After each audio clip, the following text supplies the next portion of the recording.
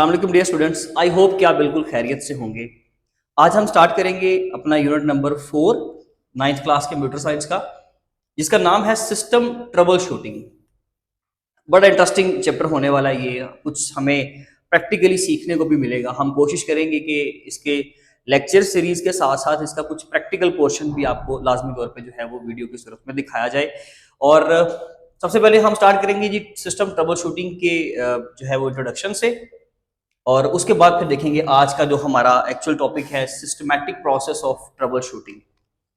देखिए, हम लोग जब नॉर्मली अपना कंप्यूटर यूज करते हैं या कोई भी इलेक्ट्रॉनिक डिवाइस आप यूज करते हो, definitely we are just not talking about the computer और लैपटॉप।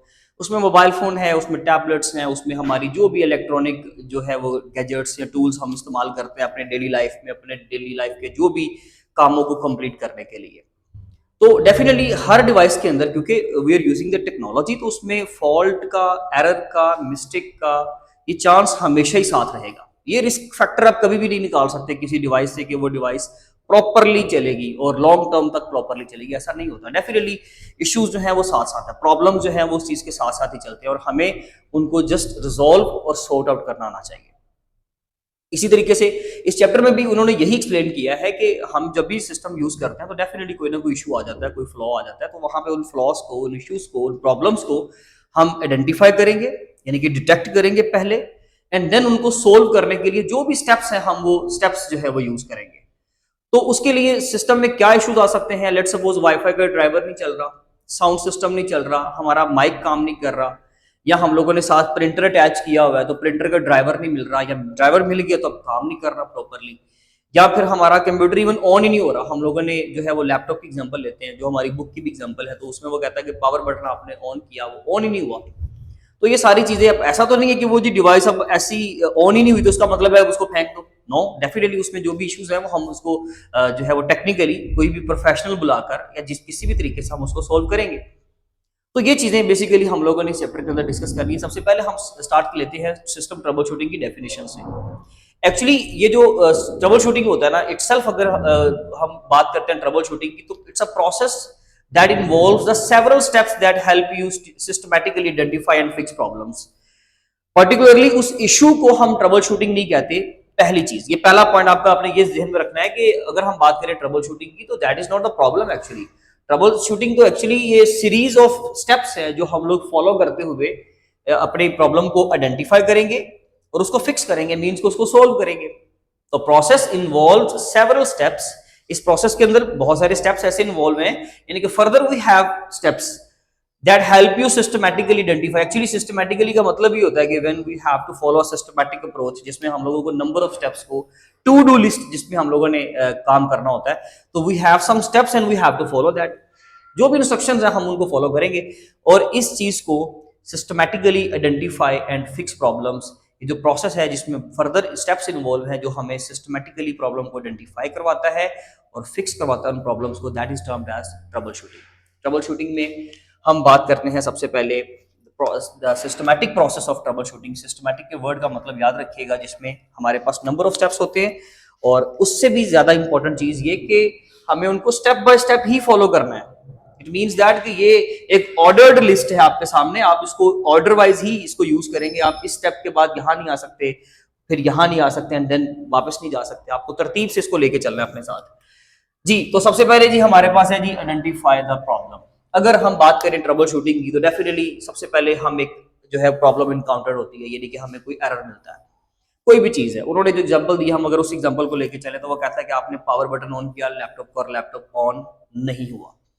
इसका मतलब आप यहाँ से आप जो है अपने दिमाग में कोई ना कोई थ्योरी बना लोगे, एक हाइपोथेसिस होगा आपका, आपका नजरिया होगा कि यार ये फ्लॉ टाइप का कोई इशू हो गया, उसको फिर आगे लेके चलेंगे ना। तो इसी तरह से वो कहता है सबसे पहले आइडेंटिफाई द प्रॉब्लम। भाई आपको प्रॉब्लम आएगी तो डेफिनेटली सोचोगे ना कि उसके लिए आपने क्या थ्योरी स्टैब्लिश करनी है, तो उसके लिए सबसे पहले आइडेंटिफाई द प्रॉब्लम। और इस स्टेप के अंदर ही हम लोग क्या करते हैं, सबसे पहले एक तो हम इसमें प्रॉब्लम को अंडरस्टैंड करते हैं, एक्चुअली हमारी प्रॉब्लम है क्या। आइडेंटिफाई मींस के डिटेक्ट किया है कि वो वाकई में वहां पे एरर आ रही है या नहीं आ रही। हमने एक चीज सोची थी कि यार शायद मैंने आज जो है ना वो लैपटॉप अपना मैं जा रहा था स्कूल से, तो उसमें मेरा स्कूल बैग में या कॉलेज बैग में मेरे पास लैपटॉप था, बारिश हुई तो definitely due to the rain water हो सकता है कि उसमें कोई ना कोई डैमेज आ गया, तो ये हम उसको ऑन करने से पहले इस तरह की थ्योरी बना ले तो ये कुछ मुनासिब नहीं है। जब जाके वो ऑन करेंगे और वो ऑन नहीं होता, देन डेफिनेटली फिर हमारे पास बहुत सारे ऑप्शंस है कि हम सोचें और उसमें देखें कि उसको कैसे सॉर्ट आउट करना है। तो इसलिए सबसे पहले आइडेंटिफाई द प्रॉब्लम। जब भी ट्रबल शूटिंग प्रोसेस स्टार्ट होता है तो सबसे पहले हम प्रॉब्लम को आइडेंटिफाई करते हैं, डिटेक्ट करते हैं कि actually what is the problem, मसला है क्या, इशू क्या है, क्या प्रॉब्लम है, क्या जो है टारगेट है जो हम लोगों को अचीव करना है। तो उसने यहाँ पे एग्जांपल जो दी है कि आपका जो एक लैपटॉप है उसके पावर बटन को आप लोगों ने ऑन किया, ठीक है जी, पावर बटन को प्रेस किया तो लैपटॉप आपका ऑफ रहा, ऑन नहीं हुआ। नंबर 2 पे आते हैं, हमारा सेकंड स्टेप स्टार्ट होता है establish a theory of probable cause. अब जो भी उसमें एक प्रोबेबिलिटी है ना कि क्या कॉज है, क्या रीजन हो सकता है उसका, क्या उसकी वजह है, उसके लिए आपने एक थ्योरी बनाई। आपने कहा जी कि देखें अगर ऑन नहीं हुआ तो it means that may be कि वहां पे बैटरी का इशू हो, बैटरी डेड हो गई है, या फिर किसी पावर केबल का मसला हो गया, वहां पे बुक में कोड लिखा हुआ है तो ठीक है जी, पावर कोड भी वही होती है, पावर केबल को कहते हैं जो हमारे लैपटॉप के साथ जो हम सॉकेट में प्लग इन करते हैं। इसके अलावा क्या इशू हो सकता है, या फिर कोई इंटरनल हार्डवेयर का इशू हो गया होगा, ठीक है जी। तो ये कुछ चंद एक पॉसिबिलिटीज हैं जो आप अपने दिमाग में सोचेंगे, जो भी पॉसिबिलिटीज आपके उस वक्त दिमाग में आती हैं, आप देखते हो कि ये चंद एक जो है वो हो सकती है इश्यूज, तो उसको हम बोलते हैं establish a theory of probable cause, ठीक है जी। अब डेफिनेटली एक चीज ये भी याद रखिएगा कि जरूरी नहीं कि ये तीनों ही हो जो हम लोगों ने सोची है वही हो, नो ऐसा नहीं है, exceptional cases are always there, तो उसके अलावा भी कोई इशू हो सकता है मे बी, लेकिन खैर काम स्टार्ट यहां से होता है। फिर आप लोगों ने ये 3 जो है फर्दर हाइपोथेसिस दिए कि ये हो सकता है इशू। अब डेफिनेटली अब ये नहीं कि हम उसको छोड़ देंगे, हम कहेंगे कि जी ठीक है ये इशू है, चलें अब सॉर्ट आउट करवाने जाते हैं, नो, हम एक बार चेक करेंगे अपने एंड से कि क्या वाकई में ये इशू है। तो ये इसका थर्ड स्टेप है जिसमें वो कहता है कि test the theory to determine cause. भाई जो आपने काम किया है, जो आप कहते हो कि ये वजह उसकी बनी है, उसको चेक तो करो क्या वही कॉज है, क्या वही रीजन एग्जिस्ट करती है। तो वो उसको चेक करते हो, आप किसी एक को थ्योरी को आगे लेके चलोगे। बुक की एग्जांपल के अकॉर्डिंगली वो बैटरी डेड वाली एग्जांपल को आगे लेके चलते हैं, आपकी मर्जी, आप कह दो जी कॉर्ड खराब हो गया, आप कह दो जी इंटरनल हार्डवेयर का इशू हो गया, डेफिनेटली हम उसके अकॉर्डिंगली भी बात कर सकते हैं, क्योंकि हमें तो कंटेंट लिखना भी है ना। तो इस स्टेप के अंदर प्रॉब्लम आइडेंटिफाई होती है, आप प्रॉब्लम को समझते हो, अंडरस्टैंड करते हो। नंबर 2 पे आप उसके अकॉर्डिंगली एक थ्योरी अपनी बिल्ड करते हो कि ये थ्योरी है, ये इश्यूज हो सकते हैं, जो भी पॉसिबिलिटीज आपके ब्रेन में आती हैं आप उनको जस्ट हाईलाइट करते हो कि ये इश्यूज हो सकते हैं। नंबर 3 पे अब आपने चेक करना है कि जो इशू मैं सोच रहा हूं क्या वही है। आपने सोचा कि जी बैटरी डेड हो गई है, तो आप मेक श्योर करोगे कि बैटरी ही डेड हुई है, और वो मेक श्योर कैसे करेंगे, उसके लिए establish a plan of action to resolve problem से इससे पहले आप क्या करोगे, मेक श्योर करोगे ना कि वो प्रॉब्लम है कि नहीं है। तो ठीक है, आप वो बैटरी निकालें और उसको पावर केबल को कनेक्ट करें, और डेफिनेटली डायरेक्टली आप जो है वो सॉकेट के साथ प्लग इन कर रहे हो उसको, मींस कि आप डायरेक्टली जो है वो उसको चार्ज प्रोवाइड कर दो। वैसे तो आपको पता है कि लैपटॉप में बैटरी होती है, तो वो बैटरी से ही पावर लेता है, और फिर हमें जो भी हमने हमारा काम होता है यानी कि ऑन हो गया, हम उसके ऊपर वो काम कर सकते हैं। लेकिन अगर आप उसका स्विच जो है वो डायरेक्टली लगा देते हो, उसका चार्जर जो है वो आप डायरेक्टली अटैच कर देते हो, तो वो क्या करता है, वो बैटरी से चार्ज होकर नहीं आता, वो डायरेक्टली भी इलेक्ट्रिसिटी कंज्यूम करता है, पावर कंज्यूम करता है, और आपको रिजल्ट्स दिखाता है, यानी कि वो ऑन हो जाता है। और लेट्स सपोज दैट कि इस केस में वो ऑन हो जाता है, तो उसका मतलब है डेफिनेटली नंबर 3 पे जो हमने थ्योरी बनाई थी, कि जी बैटरी इशू है, बैटरी डेड हो गई है, तो वो हमने मेक श्योर कर लिया कि वाकई में उसकी बैटरी ही डेड है। क्यों? क्योंकि जब उसको हमने डायरेक्टली अटैच किया, यानी कि इलेक्ट्रिसिटी उसको दी, पावर दी, तो वो ऑन हो गया। इट मींस दैट कि बैटरी का ही इशू था, बैटरी डेड हो चुकी हुई थी, ठीक है जी। तो इसलिए हम उसी चीज को आगे लेके चले। तो नंबर 4 पे we have another step, that is establish a plan of action to resolve problem. अब आप उसमें प्लान बनाते हो कि जी अब हम लोगों ने करना क्या, जब भी इशू आया अब आप उसके मुताबिक एक प्लान सेट करोगे कि अब हमें क्या करना चाहिए, जो भी पॉसिबिलिटीज है, जो भी आप कर सकते हो। आप क्या कर सकते हो जी, आप बैटरी डेड है तो या तो आप चंद एक अरसे तक जो है, कुछ अरसे तक आप ऐसे ही डायरेक्टली यूज करते रहो जब तक आप अफोर्ड नहीं कर सकते। लेकिन अगर आपके पास पॉसिबिलिटी है, आप जाएं, ठीक है जी, मार्केट में जाएं और उसका मॉडल और जो भी आपका लैपटॉप है, चाहे बेशक आप वो डिवाइस अपने साथ लेके जाएं, या उसी जो है वो कंपनी की उसी मॉडल को बता के आप एग्जैक्टली एक अच्छी सी जो है वो अच्छी बैटरी हेल्थ के साथ जो है वो आप एक बैटरी ले आए और आप वो बैटरी जो है उसमें इंस्टॉल कर लें। तो ये आप लोगों ने जस्ट अभी प्लान बनाया।